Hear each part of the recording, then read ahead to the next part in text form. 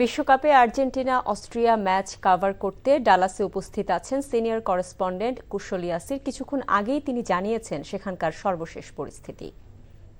Match শুরু হতে এখনো প্রায় 3 ঘন্টা বাকি, কিন্তু স্টেডিয়াম যে প্রাঙ্গণ রয়েছে তা কিন্তু পুরোপুরি আর্জেন্টাইন যে দর্শকরা রয়েছেন তাদের দখলে। যাদের কাছে টিকিট রয়েছে তারা তো উপস্থিত হয়েছেন, এবং যাদের কাছে টিকিট নেই তারাও কিন্তু এসে উপস্থিত হয়েছেন এই AT&T স্টেডিয়াম, ডালাসের এই স্টেডিয়ামকে ঘিরে কিন্তু এখনই উৎসবমুখর একটি পরিবেশ আমরা লক্ষ্য করতে পারছি।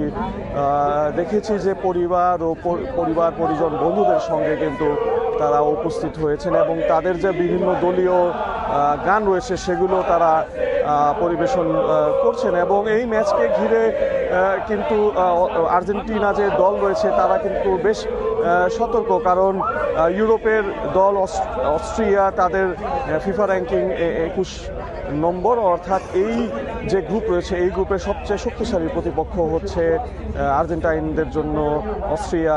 অর্থাৎ এই দলের বিপক্ষে সবচেয়ে বড় চ্যালেঞ্জটির মোকাবিলা করতে হবে টিম আর্জেন্টিনাকে। এবং প্রচণ্ড গরম, প্রায় 28 থেকে 30 ডিগ্রি সেলসিয়াস তাপমাত্রা ডালাসের, এবং এই তাপমাত্রার মধ্যেও কিন্তু যুক্তরাষ্ট্রের টাইম দুপুর 12টার সময় আর্জেন্টিনা মাঠে নামবে। কিন্তু এই যে স্টেডিয়ামটি রয়েছে AT&T পুরোটাই কিন্তু শীতাতাপ নিয়ন্ত্রিত, অর্থাৎ খেলোয়াড় ও যে দর্শকরা মাঠে বসে খেলা দেখবে তাদের জন্য কিন্তু বড় কোনো সমস্যা হবে না।